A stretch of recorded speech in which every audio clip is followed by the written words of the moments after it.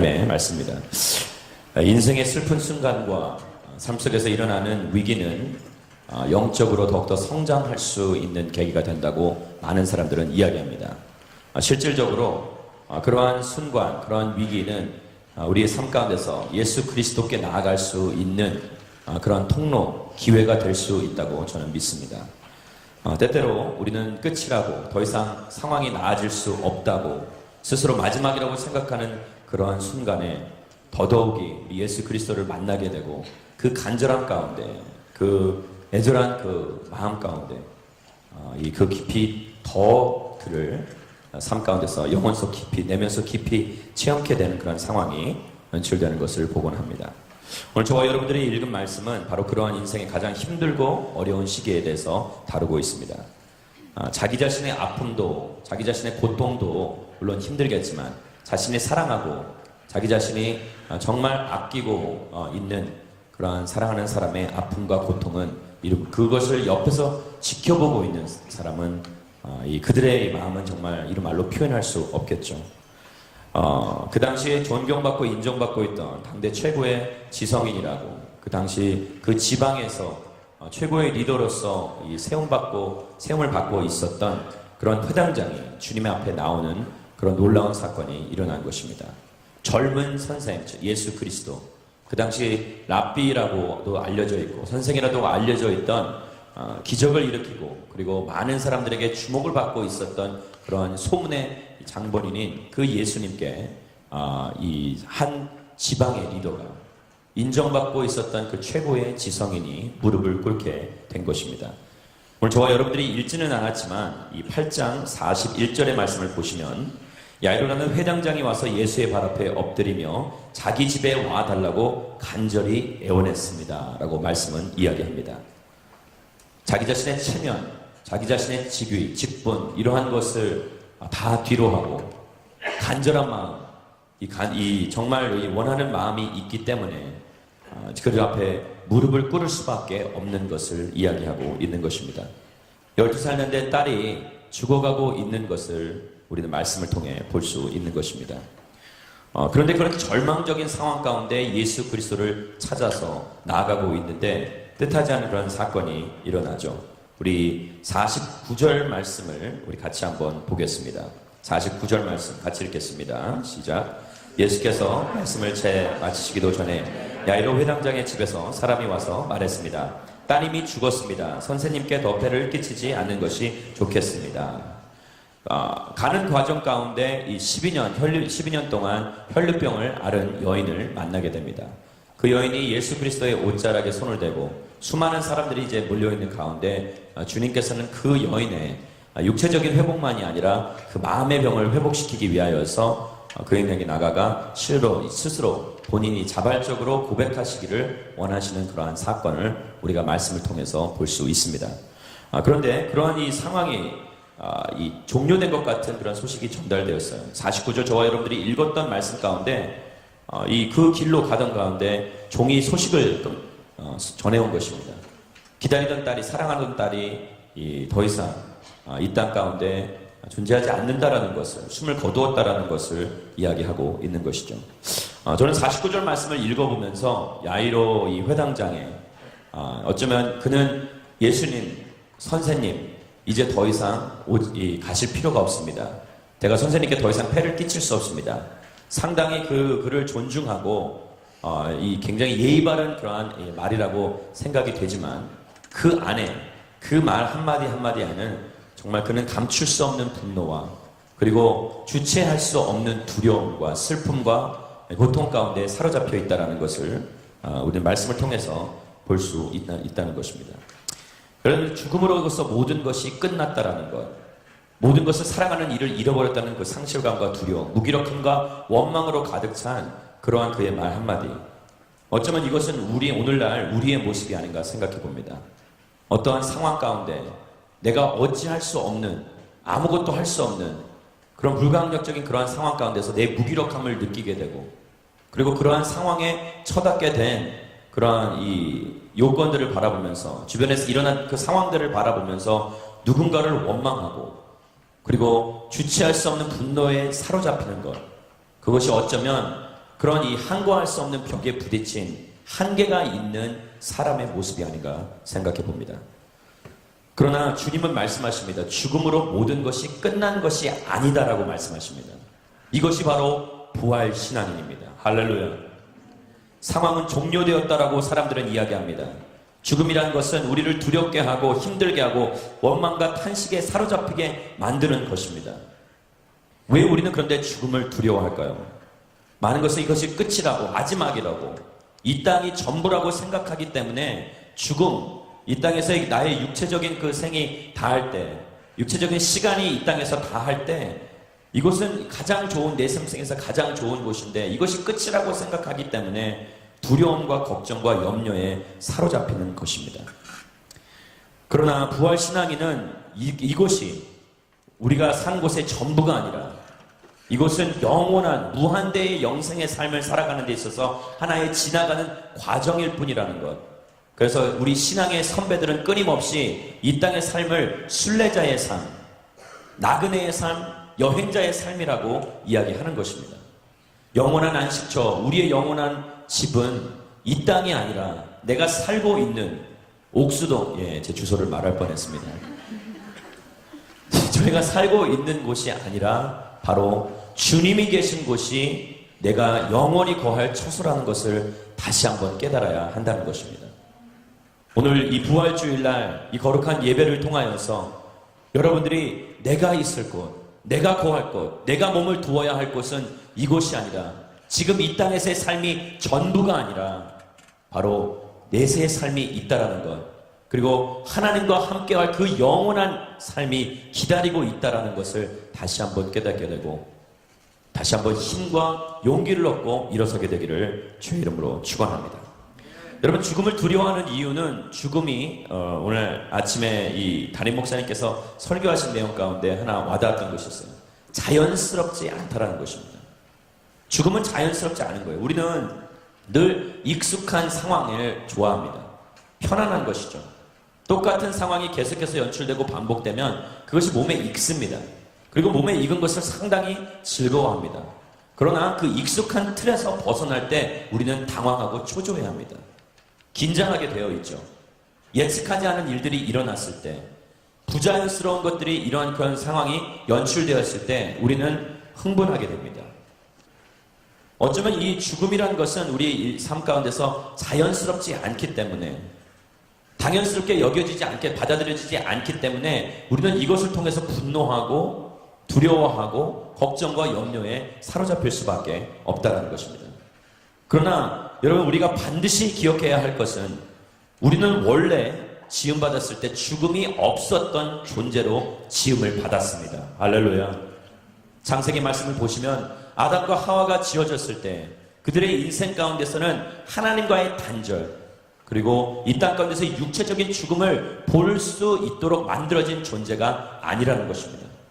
그러나 죄로 인하여서 하나님과의 관계가 멀어지게 되고 죄로 인하여서 그 세워진 그 간격 때문에 우리 육체적으로도 우리가 죽음을 맛볼 수밖에 없는 그러한 상황까지 다다르게 된 것이죠. 그러나 말씀은 이야기합니다. 그리스도 안에서 거룩한 부활하신 예수 그리스도 십자가를 통해서 그가 이 땅에 창조된 그런 우리의 오리지널 모습으로, 우리의 원래 모습으로 다시 되돌리시겠다고 주님은 말씀하고 계신 것입니다. 육의 죽음이 전부가 아니라 예수 그리스도와 연합하여 그의 십자가에 함께 동참하여 우리도 이 땅 가운데 거룩한 부활을, 승리를 맛볼 수 있게 하신다는 것입니다. 할렐루야. 부활은 곧 승리입니다. 부활은 우리에게 이길 수 없는 것 같은, 항거할 수 없는 것 같은, 감히 덤빌 수 없을 것 같은 그러한 죽음이라는 그 커다란 인생의 벽 앞에 서서 그 벽을 내가 감히 넘을 수 있다고, 초월할 수 있다고, 그 죽음이란 벽이 나를 에워싸고 나를 끊임없이 코너에 밀어붙이는 것 같이 느껴지지만 그것이 나를 어찌할 수 없다라고 고백하는 것, 이것이 바로 부활을 믿는 부활 신앙인들의 모습이요, 부활하신 예수 그리스도와 함께 동참할 인생을 사는 승리한 그리스도인들의 모습이라는 것입니다. 오늘 말씀은 그것을 지금 이야기하고 있는 것입니다. 그러나 안타깝게도 이 땅에 살아가면서 이 육적인 그러한 이 요소들을 우리는 내려놓지 못합니다.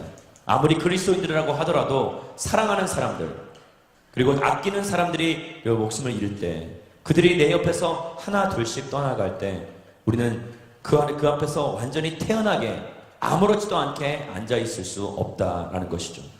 그리스도인들도 통곡을 하고, 그리스도인들도 애통해하고, 그리스도인들도 답답해 하지 않을 수가 없다라는 것입니다.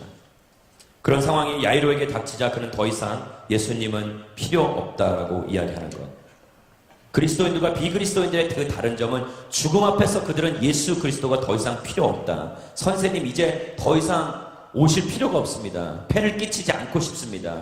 예의 바른 것 같지만 그 앞에서는 더 이상 예수 그리스도 당신의 능력의 한계가 여기까지이기 때문에 더 이상 나는 당신과 함께할 수 없습니다. 동행할 수 없습니다. 라는 그러한 고백과 마찬가지인 것이죠.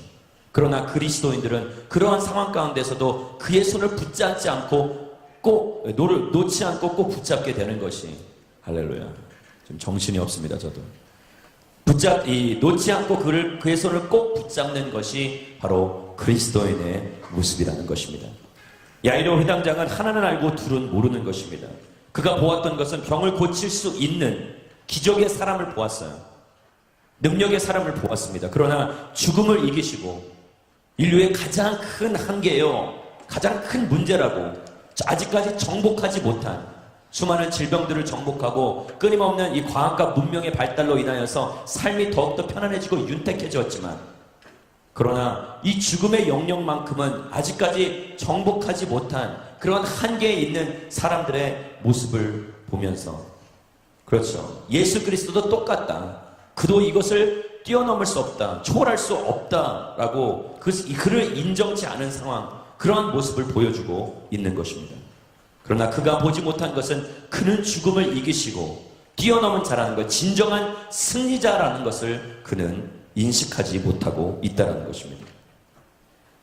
오늘날 우리가 예수 그리스도께서 승리자이심을 모른다면 우리는 그를 온전하게 의존하지 못하게 되는 것입니다.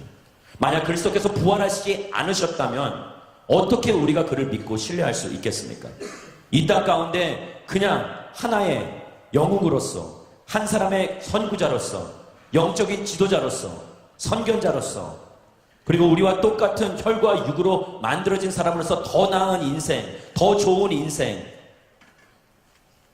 롤모델이 될 수는 있겠지만, 그러나 부활이 없다라면 그는 우리의 이 삶 가운데서 우리가 절대적으로 의존할 수 있는 사람이 될 수 없다라는 것입니다. 그래서 사도 바울은 고린도전서에서 그는 이렇게 이야기합니다. 고린도전서 15장 17절 19절 말씀을 같이 보도록 하겠습니다. 같이 읽겠습니다. 시작. 만일 그리스도께서 살리심을 받지 못하셨다면 여러분의 믿음도 헛되고 여러분의 여전히 자신의 죄 가운데 있고 그리스도 안에서 잠든 사람들도 멸망했을 것입니다. 만일 우리가 그리스도 안에서 가진 소망이 이 세상의 생명뿐이면 모든 사람들 가운데 우리가 가장 불쌍한 사람들일 것입니다. 사도 바울은 명백하게 이야기합니다. 그리스도인들이 부활이 없다면 가장 불쌍한 존재일 거라는 것.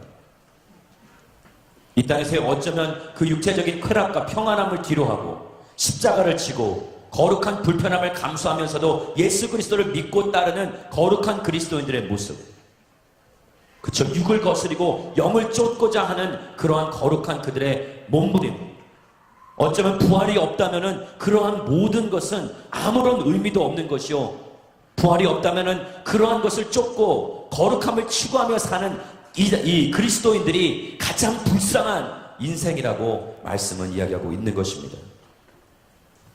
그렇다면 주님께서 그러한 상실감에 빠진, 도대체 이러한 절망감에 빠진 야이로와 그 가족을, 그 주변 사람들을 어떻게 희망을 주시고 위로하시는가를 우리 같이 말씀을 통해 더 깊이 살펴보기를 소망합니다. 50절 말씀을 같이 읽겠습니다. 시작. 이 말을 듣고 예수께서 그에게 말씀하셨습니다. 두려워하지 마라. 믿기만 하면 아이가 나을 것이다. 주님께서는 두려워 말라, 믿기만 하면 나을 것이다 라고 말씀하십니다. 살 것이다 라고 말씀하지 않으시고 나을 것이다 라고 말씀하시는 거예요. 이미 죽었다라는 그러한 소식을 접했음에도 불구하고 그는 산다고 표현하지 아니하고 나을 것이다 라고 이야기합니다. 그의 관점이 우리의 관점과 판이하게 다르다는 것을 말씀은 이야기해주고 있는 것입니다. 더 나아가서 우리가 이 말씀을 통해서 볼 수 있는 것은 우리의 믿음은 다른 말 아닌 죽음조차 이길 수 있다, 다스릴 수 있다라고 이야기하는 것입니다. 더 이상 죽음의 권세가 우리를 다스릴 수 없고 우리를 억누르고 억제할 수 없다. 주님은 그것을 낳을 것이다 라고 표현하는 것입니다. 흑암의 권세에서, 사망의 권세에서 억눌림을 당하지 않고 그것을 통해서 자유로움을 얻게 되는 것을 이야기하는 것이죠. 믿음으로 죽음을 두려워하지 않고 죽음에 의해서 지배당하는 삶을 살지 않을 수 있다라는 것을, 인간이기에 우리는 연약하고 주저하는 모습이 있고 그 삶 가운데서 이 죽음으로 인해서 그러한 절대적인 지배를 당할 수밖에 없는 그러한 존재이지만 주님께서는 그러한 절대적인 지배, 죽음의 지배에서 자유로워질 수 있다라고 말씀하신 것이에요. 믿음이 자유케 한다는 것입니다. 그래서 말씀은 선포합니다. 빌립보서 1장 21절 말씀에 그 믿음이 우리로 하여금 이제 상황과 그런 이 조건, 죽음으로부터 더 이상 연연하거나 거기에 얽매이지 않게 말씀하시는 것. 빌립보서 1장 21절 말씀을 같이 한번 읽겠습니다. 시작. 이는 내게 사는 것이 그리스도니 죽는 것도 유익하기 때문입니다. 무엇을 믿는 것입니까? 예수 그리스도, 부활하신 예수 그리스도를 믿음으로 말미암아 그의 죽음과 부활에 동참하게 되고, 그래서 결국에는 내 안에 사는 것이 그리스도라는 것을 믿는 믿음을 살 때 내 삶 속에서의 죽는 것 또한 유익할 수 있다라는 그런 엄청난 고백을 할 수 있다는 것입니다. 그 누가 있어서 이런 고백을 할 수 있겠습니까? 그 어느 누가 있어 죽는 것이 유익하다라고 이야기할 수 있겠습니까? 바로 부활신앙인들, 그리스도와 함께 연합하여 그와 함께 더불어 살아가는 인생들만이 이러한 엄청난 신앙의 고백을, 위대한 신앙의 고백을 할 수 있다라는 것입니다. 그 안에서 자유로울 수 있는 담대함을 주시고, 그리고 무엇보다도 이 땅 가운데 살아가는 데 있어서 놀라운 변화를 가져다 줄 수 있다라는 것입니다. 계속해서 말씀을 보시면 이 52절의 말씀을 같이 한번 읽어보겠습니다. 52절 말씀 같이 읽겠습니다. 시작. 사람들은 모두 그 아이에 대해 애도하며 크게 울고 있었습니다. 예수께서 말씀하셨습니다. 울지 마라. 이 아이는 죽은 것이 아니라 자고 있다. 누가복음 8장 52절입니다.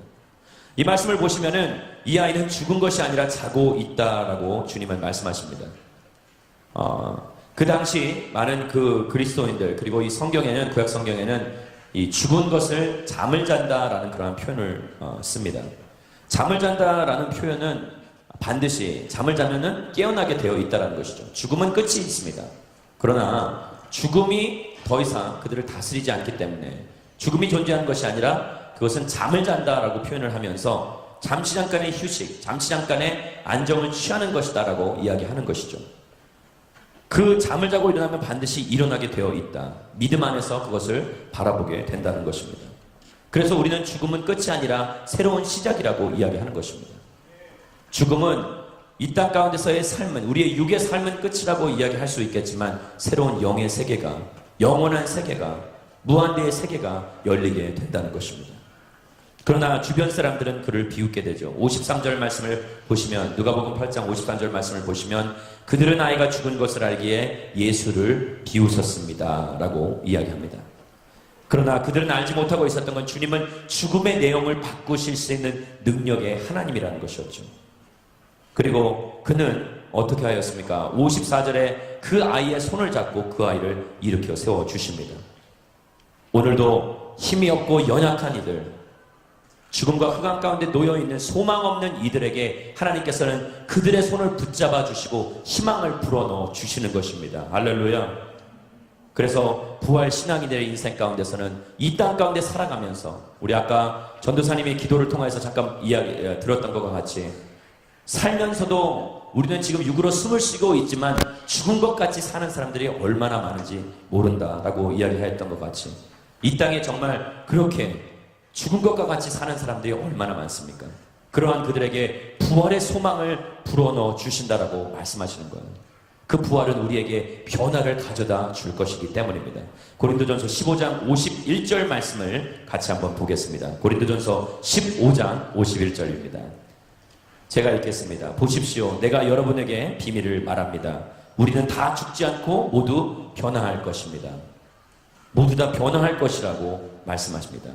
그리고 이것을 여러분에게 비밀을 말합니다. 이 비밀은 남들에게 가르쳐 주지 않는 것, 나만 가지고 있는 그런 비밀, 그런 비밀을 이야기하는 것이 아니라 미스테리. 헬라어로는 미스테리언이라는 이 단어처럼 이 신비롭고 경이로운 그러한 것을 이야기하는 것입니다. 놀라울 만한 일들, 죽지 않고 변화될 것이다 라고 이야기하고 있는 것입니다. 부활은 바로 새롭게 되는 것이요, 부활은 바로 새로운 삶, 그리고 변화되는 것을 의미하고 있다라는 것입니다. 고린도전서 15장 54절부터 55절까지의 말씀은 이렇게 이야기합니다. 이 썩을 몸이, 같이 읽겠습니다. 이 썩을 몸이 썩지 않을 것을 입고 이 죽을 몸이 죽지 않을 것을 입을 때는 기록되어 있는 이 말씀이 사망아 내 승리가 어디 있느냐, 사망아 너의 독침은 어디 있느냐. 우리는 이제 무력한 그리스도인이 아니라 자유롭고 승리를 하는 승리자로서 이제 담대하게 선포할 수 있다라고 말씀은 이야기하고 있는 것입니다. 그래서 우리는 이 부활을 통해서 감사하지 아니할 수가 없다라는 것, 부활신앙을 우리에게 가져다 주신 그리스도를 통해서 기뻐하지 않을 수가 없다라는 것을 의미하는 것입니다. 그러나 부활은 기억해야 할 것은 먼 훗날의 일이 아닙니다. 우리 같이 한번 따라해 보겠습니다. 부활은 먼 훗날의 일이 아닙니다. 부활이란 것은 이 땅의 삶이 다하고 난 뒤에 우리의 삶 가운데 적용되는 것이 아닙니다. 부활은 지금 당장을 의미합니다. 이 땅에서 부활한 성도로서 우리가 살아갈 수 있다라는 것을 의미하는 것입니다. 부활이란 것은 회복과 부흥의 의미를 가지고 있는 것입니다. resurrection, 이 부활이라는 것은 이 회복, restoration과 그리고 부흥, revival이라는 그러한 뜻을, 의미를 가지고 있는 것입니다. 회복은 죄로부터 해방입니다. 사망으로부터, 율법으로부터 해방되는 것을 의미합니다.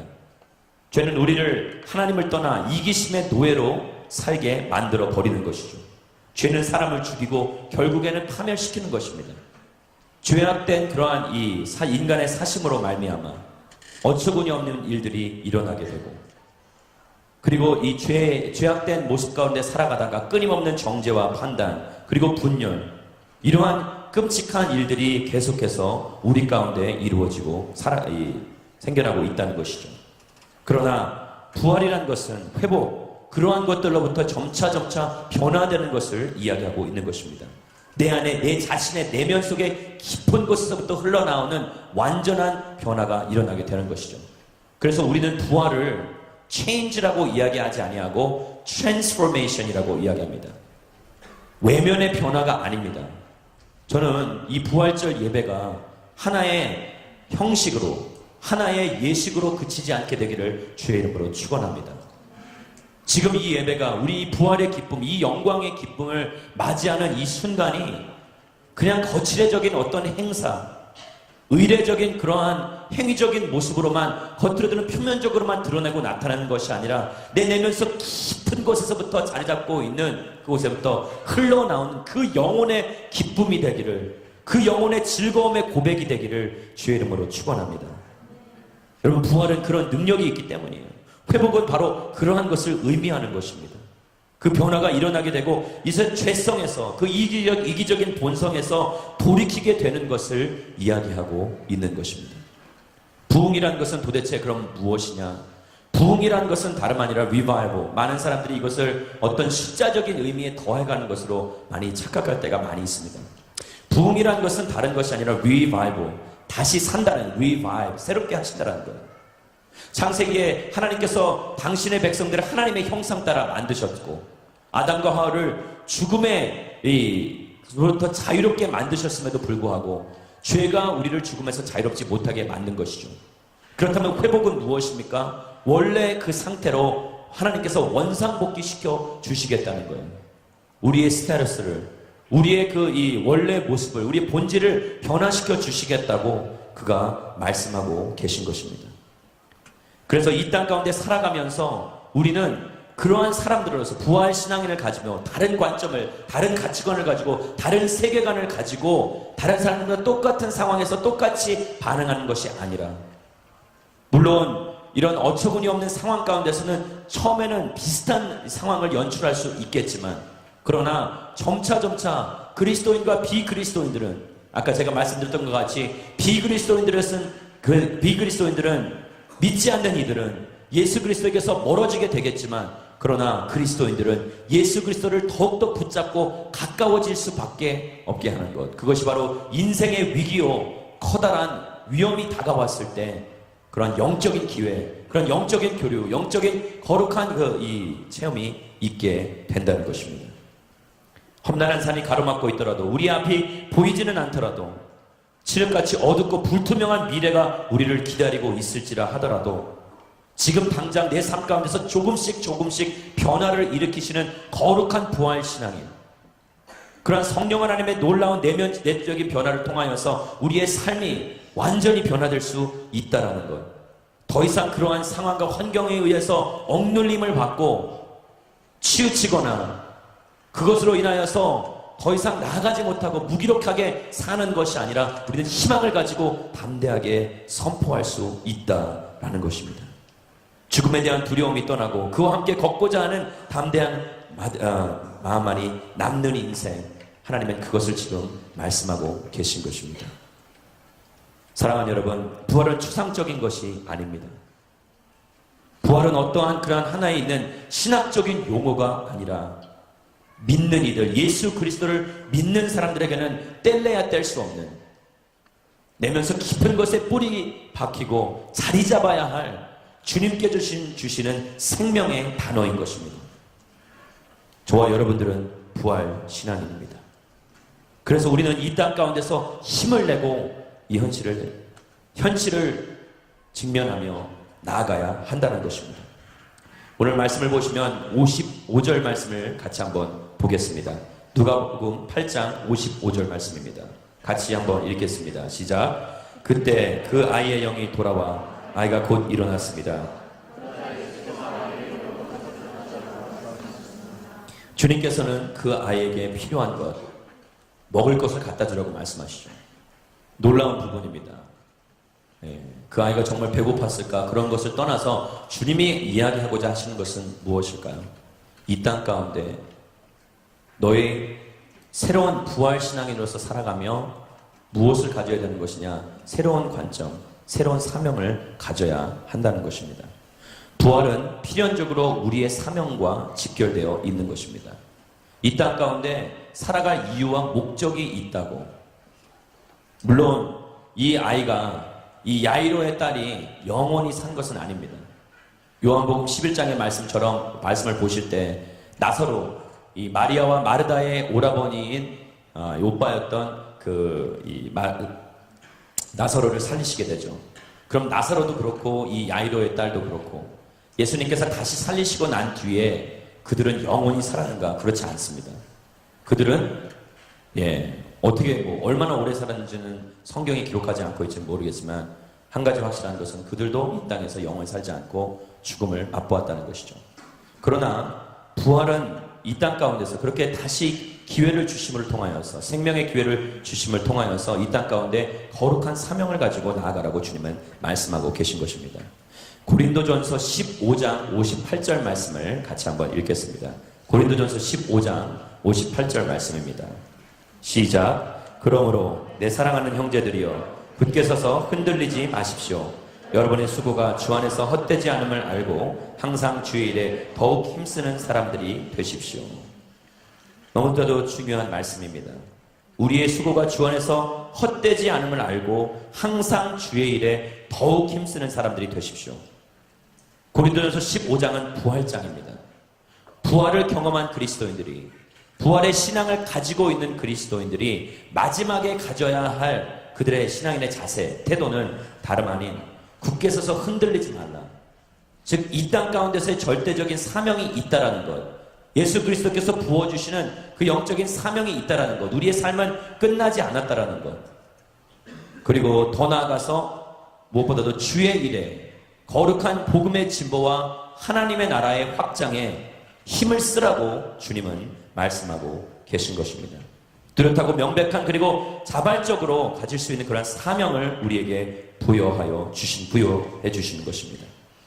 이 말씀을 통해 우리는 다시 한번 이 사명을 완수하기 위해 주님께서 그 십자가상에서 모든 것을 다 이루셨다라고 말씀하셨던 것 같이 우리도 그 사명을, 이 땅에서 우리의 사명을 다하기 위해 나아가야 한다는 것입니다. 우리 이 말씀을 보시면서 56절 말씀을 같이 한번 보도록 하겠습니다. 누가복음 8장 56절 말씀입니다. 시작. 그 아이의 부모는 무척 놀랐습니다.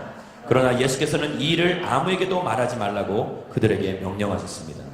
예수님께서 왜 아무에게도 말하지 말라고 명령하셨을까요? 그것은 예수 그리스도의 사명, 거룩한 그의 뜻을 이루기 위해, 하나님의 계획과 뜻을 이루기 위하여서는 아직까지 시간이 되지 않았기 때문입니다. 이 땅에서 우리는 하나님의 시간, 하나님의 거룩한 타임테이블, 우리는 그것을 크로노스라고 이야기하지 않고 카이로스라고 이야기합니다. 교회에서 이 설교를 자주 들어보셨던 분들은 카이로스라는 단어, 하나님의 시간대, 우리는 크로노스에 살고 있죠. 틱탁 틱탁 멈추지 않는 이 시간, 그렇죠. 그러한 시간 가운데 얽매여 살고 있지만, 그러나 그것은 세속적인 의미겠죠. 그리스도인들은 그러한 크로놀라지컬한 그런 인생을 살아가는 것이 아니라 우리는 카이로스, 하나님의 때, 하나님의 시기에 맞춰서 살아가는 인생들입니다. 하나님께서는 이 사명 가운데 살아가는 사람들에게 거룩한 때와 시기와 장소가 있다라는 것을 말씀하십니다. 예수님께서 아직까지 그 자기 자신의 그 모습을 드러낼 때가 아니고, 아직까지 자기 자신의 그 이 메시아됨을 확연하게, 명백하게, 뚜렷하게 드러낼 때가 아님을 말씀하고 계신 것입니다.